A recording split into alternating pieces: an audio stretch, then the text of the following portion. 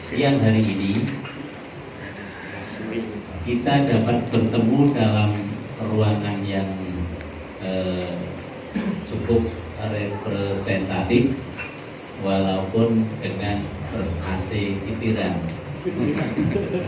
Kalau di tempat saya namanya kitiran. Kemudian kami tidak lupa pula perlu kami sampaikan bahwa di ruangan ini tanggal 1-2 kemarin kami selenggarakan pelatihan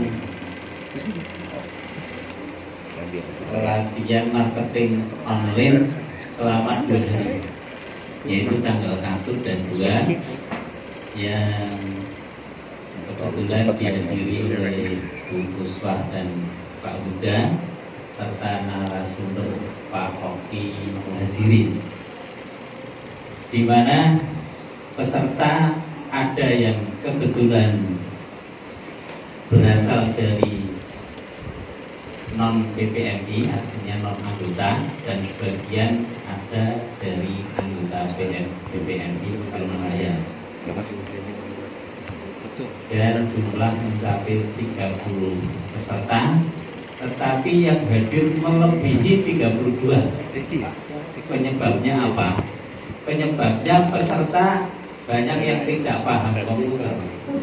Jadi bisa bolone sing komputer sing tidak komputer. Peserta siji ternyata yang 2 pendampingnya. Kewalahan stafnya dodol snack. Staf khusus. Orang paham di gue. Saya paham Bu Dewi sama Mas Jamroni. Dan kalau pelatihan itu menurut pengamatan saya sangat intens sekali. Terbukti apa?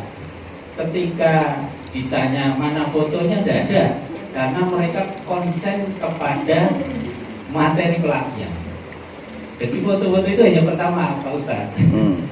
Kemudian berlanjut sampai dengan terakhir katanya, saya kebetulan ada keperluan sehingga tidak mengikuti secara terus-menerus. Itu Pak Podo konsen kalau materi ketika ada foto-fotoan. Alhamdulillah ini. Nah, beberapa sudah nyoba posting, ternyata banyak komunikasi dari para calon nasabah, calon customer. Itu ternyata daripada bingung. Kakek siap order. Ya, belum siap order, apa itu brosur atau eceran, orang tidak begitu paham atau belum paham. Mungkin karena pertama itu ya. Mudah-mudahan ke depan ya bagi kebetulan. Yang kedua, Bapak dan Ibu sekalian yang hadir di ruangan ini yang kami hormati, bahwa hari ini acara pengurus pusat PPMI yang berkantor pusat di Jogja mengadakan roadshow, pokoknya jalan-jalan ketemu anggota. Koyo orang partai itu kan seperti itu. Konsolidasi.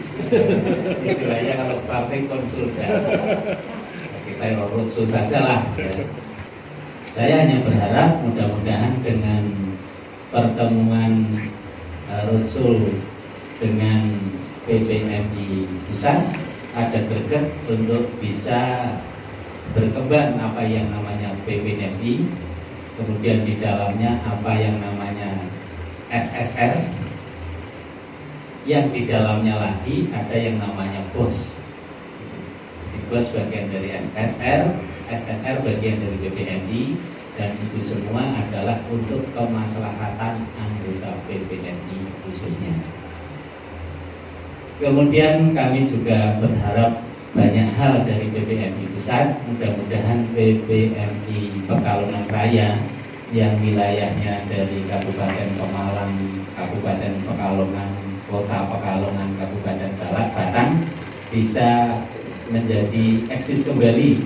Mudah-mudahan dengan pertemuan semacam ini hasilnya dapat kita share di dalam grup dan akan membangkitkan motivasi pribadi masing-masing untuk bersemangat lagi mengikuti POP pesantren online PPMI baik itu di level 1, 2, 3 sampai dengan 5.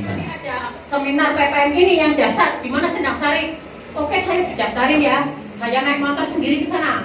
Naik motor, bawa mukena sama Al-Quran ya. Di sana itu saya nggak bisa ngomong apa, bisanya nangis derbel.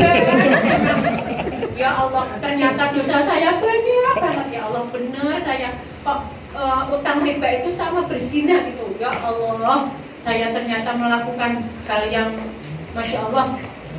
Di sana langsung saya ikut ada pendaftaran pesantren online ya. Saya nggak, maaf ya Pak ya, saya nggak koyan waktu itu ya. Saya langsung daftar, langsung berapa 500 jreng. Gue kecil kalau enggak. Saya pelan-pelan ngomong namanya bingung sama Bapak. Saya mau izin ya Pak ya, saya mau ikut Riyado, apa itu Riyado. Tapi takdirnya kayak gini Pak, macam istri pas 15.000. Masya Allah, 15.000 dibayarkan 15.000. Belum tahu istighfar segitu banyaknya. Ya Allah, terus Pak sholatnya itu malam nggak pernah sholat malam. Ini gimana bangunnya ya? Bangun jam 1, ya jam 1 mau sholat. Sholat pintu itu pasang alarm. Berarti udah tepat ini jam segitu bangun. Habis bangun sampai subuh nggak bisa tidur karena kalau tidur subuh itu pangkal kemiskinan katanya. Alhamdulillah memang saya lakukan nggak saya tidur. Berjalan kadang-kadang ngantuk di masjid itu, kadang-kadang masih tahiyat itu dan itu. Karena bangunnya terlalu pagi. Tapi ya alhamdulillah tadinya itu merasa berat banget. Ya Allah, berarti ya tapi kok gini ya beratnya. Naik motor itu masih 3.000 ya. Tapi alhamdulillah suami saya enggak apa-apa, yang penting kan kegiatan positif. Tapi ya udah diizin aja, alhamdulillah banget waktu itu. Biarinlah suami saya nanti menyusul, yang penting saya mau memperbaiki diri. Dulu karena saya yang ngayal ngutang ya. Kerja akal. Alhamdulillah saya ikut Riyado itu saya jadi adem. Saya nggak berusaha lagi atine. Misalnya dari Tegal Buku, seadanya uang saya serahkan sama yang punya barang. Nanti kalau akhir bulan biasanya yang datang itu dari pihak bank. Datang, saya udah nggak takut karena udah tadi itu alhamdulillah. Makanya saya itu bersyukur banget ketemu PPM terus terang. Saya ikut Riyado, banyak manfaatnya juga. Kadang-kadang saya di grup saya ada yang keluar dari Riyado itu saya bingung kok bisa nih keluar ini kok bisa nih berarti mau merasa kayak Riyado. Oh juga. Kok keluar dari Riyado itu ini orang pasti nanti menyesal. Belum dapat hidayah. Belum dapat hidayah mungkin juga ya. Tapi alhamdulillah saya udah Riyado, saya lakukan terus udah berapa tahun itu hampir setahun ya kayaknya. Tapi suami saya belum mau sefrekuensi dengan saya. Saya ngomong nih sama Pak Ustadz Yudi waktu itu di Magelang. Pak Ustadz gimana ini Riyado saya di mana? Suami saya belum sefrekuensi. Ya berarti Riyadonya kurang kenceng. Apa ya Ustadz? Iya, dikencengin lagi Bu. Kalau Riyadonya kenceng, nanti satu lingkungan itu ibarat magnet. Nanti pada ngikut itu semua. Oh gitu ya Ustadz. Oh iya. Karena kalau di MPC itu kan ketemu Ustadz Budi, Ustadz Pak Budi siapa? Pak Eko, ya ketemu Pak Eko, terus biasa ketemu teman-teman yang senior itu kan tanya jawab gitu. Jadi dari MPC juga kenal dengan mereka bertemu orang sukses itu istilahnya ya. Bos. Berarti memang bertemu orang sukses itu juga membawa itu magnet tersendiri. Begitu saya pulang kan semangat. Wah saya harus semangat lagi di Riyado kan gitu. Saya kan jadi lagi pokoknya sambil bisik-bisik kayak suami Pak. Mau nggak Pak sholat malam gitu? Ya mau aja. Alhamdulillah karena udah kencengin Riyadonya. Terus ayo Pak puasa di Senin Kamis. Ayo. Udah nggak problem. Alhamdulillah ya Pak ya. Jadi merasakan puasa Senin Kamis sudah terbiasa. Itu kan sholat malam sudah biasa. Jadi berdua alhamdulillah, apalagi anak-anak udah pada dewasa, udah menikah 4, yang buat di pesantren udah nggak ada Anak-anak di rumah udah bisa tes semua. Tinggal satu yang nemani mau kuliah di Pekalongan. Alhamdulillah berkat riadah itu saya punya semangat untuk membayar utang juga. Kalau ada orang berkata, saya udah berani menghadapin. Pak, pokoknya saya tetap mau bayar. Yang penting Bapak jangan datang-datang sini. Nanti bayar. Tak suruh Riado.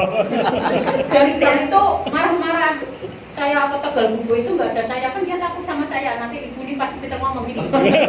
Datangnya hari Jumat aja nggak ada ibu. Rumah saya di Conteng. Rumah ini di dalam Pengawasan. pengawasan bulan. Mah, ada orang tua datang. Apa nyorak rumah? Nggak usah takut Pak. Masalah utang yang nyawa kita bukan tetangga. udah masih semangat. Nah, nggak usah takut. Lurusan Riado kayak gini nih. Kalau nanti orang banyak pergi, ditutup Pak pakai kertas dilakban.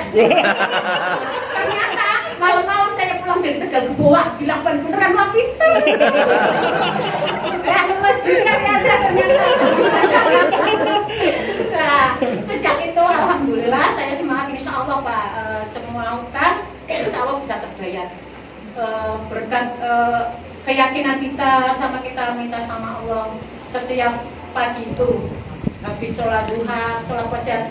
Ya Allah titipi amanahmu 1 miliar. Ya Allah titipi amanahmu 1 miliar. Kata Ustaz Yudi itu kan mesti ngomongnya kan suruh jelasin angka yang diinginkan. Ya alhamdulillah pas lebaran itu saya itu benar 1 miliar. Oke, terima kasih. Itu kemudian karena ini ada pimpinan dari pusat, mungkin kami yang di daerah yang pertama adalah dalam hal ini kalau masalah ibadah mautun ibadah muamalah sama itu alhamdulillah di Pekalongan sudah mulai bergerak ya. Yang utama tadi BPN sama BBM. Kemudian yang kami tanyakan untuk dalam hal ini untuk masalah pandemi seperti ini, usaha kami kan terus terang banyak yang mengalami artinya tidak berjalan sesuai dengan seperti biasanya.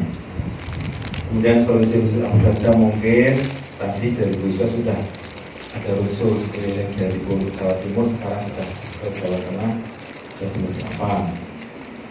Kemudian dalam transaksi kita ini sebetulnya butuh juga pengajaran tentang hukum-hukum jual beli dari seperti apa, sehingga nanti kok sekarang saya itu dengan kita disebut kelompok anti riba, ada juga tandingannya yaitu kelompok pengejar transaksi syariah.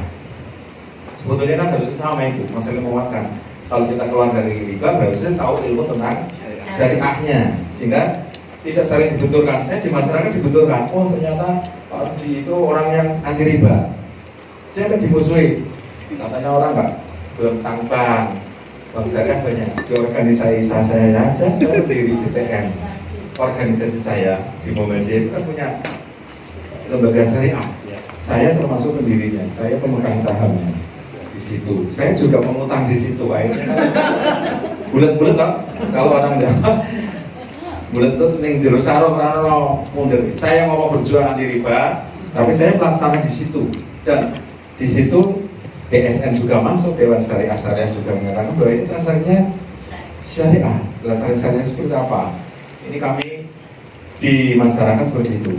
Karena kita pengusaha tetap butuh yang namanya untuk cash flow. Cash flow itu untuk tadi, untuk belanja barang, untuk apa itu? Karena yang pengusaha itu tetap dari pelajaran yang kemarin. Karena pengusaha tetap butuh cash flow, nggak hanya nunggu saja dari siapa saja untuk gaji karyawan dan yang lain.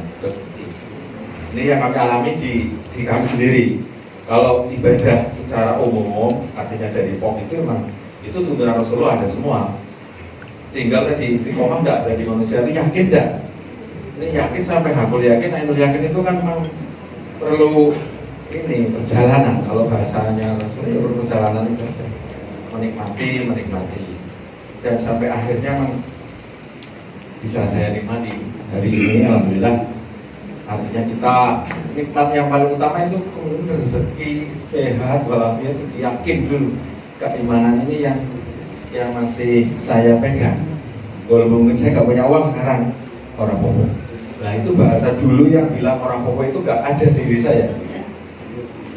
Dulu kalau nggak punya uang, saya pasti tengok kalian, wah operasi kono kayak gitu. Bang kono aku nambah 1 tahun 2 tahun, berarti saya besok bisa ngutang lagi, yaitu top up. Kalau sekarang saya bilang orang top up, ya tadi, ya tobat. Rumah saya dicorek ya biasa, rumah saya didatangi ya biasa, surat lelangnya saya sudah tahu seperti apa rasanya, saya tahu semua. Ini rumahnya kalau nggak dibayar mau dilelang, saya sudah 2 tahun tidak ngangsur. Saya sampai checking BI, sampai OJK, saya tahu. Karena gara-gara ini saya jadi tahu. Kenapa? Pengen tahu nggak takut. Saya sampai tahu betul tentang mekanisme keribaannya bank. Oh, dengan seperti itu nggak bisa dilawan dengan itu, harus tahu ilmunya. Ini manfaat mungkin sama istri saya datangnya langsung ke BI seperti apa saya tanya. Sampai di sini ditanya-tanya, saya juga mau tanya apa sih. Yang penting saya tanya, saya mau ini nggak tahu. Kantornya ada yang Jawa, ada yang di Tegal, saya tuju ke sana. Orang ngerti itu, materi ini ditanya. Alamatnya di Google kan ada, saya kan ke sana. Artinya kesungguhan kita untuk menyetop dari riba itu, meyakini itu, walaupun resikonya besar. Ya Pak, ya masalah pertolongan Allah datangnya hari ini atau besok, saya yakin itu pasti datang pertolongan. Ini yang keyakinan ini yang mungkin sahabat-sahabat itu percobaannya sendiri-sendiri datangnya. Karena manusia punya tadi jalan sendiri, tapi kalau jalan yakin dengan sholat dan sabar, nah itu yang kadang manusia kurang sabar sendiri. Itu sholatnya insya Allah sholat kabeh, semua bisa menjalankan sholat, yakin. Karena sholat itu gampang, belum waktu masih manggil kok. Allahu Akbar, itu yang manggil. Tapi untuk bersabarnya itu, menerima kodok-kodoknya itu yang akan bisa keluar dari rumah ya bisa pengennya kemana ya bisa. Itu perjuangan yang besar buat kami, seperti itu. Jadi harapannya di masa-masa seperti ini yang perlu kita kuatkan adalah mental belajar, mental menuju keyakinan seperti itu. Alhamdulillah Pak, kemarin ada bantuan ilmu baru yang lewat kemarin, ya itu juga sebagai motivasi peletuk. Kalau kita itu wanita maju ayo maju. Kalau enggak kan kemarin kayak orang dulu jual yo kayak ini aja sini. Kapan lunasnya kalau sampai nanti ada. Tapi saya yakin oke, pasti ada jalan keluar walaupun seperti itu. Yang nikmatnya yang utama adalah anak-anak yang alhamdulillah anak saya tadi sudah manut dengan kita. Alhamdulillah ini sudah belajar mudah-mudahan menjadi hufaz karena kita di pondok Hafiz, mudah bisa menyelesaikan sampai selesai pendidikannya. Itu adalah rezeki yang tidak bisa dihitung dengan apapun. Seperti itu. Mungkin dari yang lain banyak cerita, ayo Mas Benar lah. Popo 5 menit. Mas Bibi itu juga luar biasa, sama istrinya setia tuh kemana-mana berdua. Kalau nggak sefrekuensi orang belum bisa. Walaupun ya mesti ini ya Bu Pak. Itu anaknya juga sedang belajar di pondok. Artinya orang-orang sekarang itu nggak dicari ilmu pengetahuan kecil menurut saya. Ya saya kan pendidik, saya tahu kalau boleh ilmu pengetahuan belajar sebulan ramalan yang lebih atau kerja gampang. Atau belajar yakinan. Bisa ditambahkan ini Pak buat mewakili teman-teman yang lain. Salah satu agenda kita kesini kan barangkali ada yang disampaikan kepada kami pusat itu terkait dengan organisasi di daerah, ada masalah apa yang perlu kami tahu atau ada hal apa yang diharapkan untuk dilakukan oleh pusat kepada daerah. Kalau organisasi ini secara struktural kita masih ada. Masalah klasikal yaitu tadi anggotanya berkembangnya stagnan kalau bahasa saya. Ya Pak Bedo ya, yang aktif. Nah tadi karena orang itu tadi seperti berburu. Kalau ikut organisasi keong biang tok, masuk mesti ikut BBM, artinya akan seperti itu. Kemudian sebagian dari anggota juga agak jauh, ada yang dari Batang tuh di berapa? Sakit batang kan? Batangnya budi. Wah, ini jauh sekali bawang. Ya, terus dan itu Pemalang.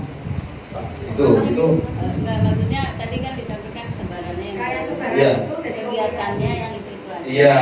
Terus Kegiatannya itu saja. Yang kedua, intensitas jadwal kita ya pertemuannya itu kadang belum teratur. Yang teratur itu mungkin baru BPN itu seminggu sekali, cuman ya yang dekat-dekat saja. Kemudian yang ketiga mungkin pembentukan komunitas tadi, pengajian mungkin atau bentuk apa yang bisa menyatukan. Kalau nunggu seminar kan kita nunggu jadwal nggak mesti. Nah, ya tadi menunggu perlu keimanan kan fluktuatif naik turun, bisa turun sampai bawah, sampai mentok, sampai kadang bilang menyerah, sampai putus asa. Itu seperti itu. Banyak mungkin putus asa ada di manusia, mungkin ada seperti sehingga perlu tadi komentar. Assalamualaikum warahmatullahi wabarakatuh. Di dalam Sahih Bukhari dan Muslim diriwayatkan bahwa hanya ada 3 yang akan menjadi jariah, di mana orang sudah meninggal tetapi pahala tetap mengalir. 1, orang yang bersedekah fisabilillah. 2, orang yang punya ilmu yang bermanfaat. Dan 3, anak yang soleh selalu mendoakan. Untuk itu ada kesempatan untuk kita semuanya untuk mendapatkan jariah itu. Salurkan zakat, infak, sedekah Anda untuk pembebasan tanah masjid dan pondok tahfidz di Banguntapan Bantul lewat PPMI. Mandala ala khair falahu ajru mislu amilihi. Siapa yang memberikan fasilitas untuk jalan-jalan kebaikan, maka pahalanya mengalir kepada siapapun yang akan wakaf kepada PPMI. Saya Ustadz Wijayanto. Assalamualaikum warahmatullahi wabarakatuh.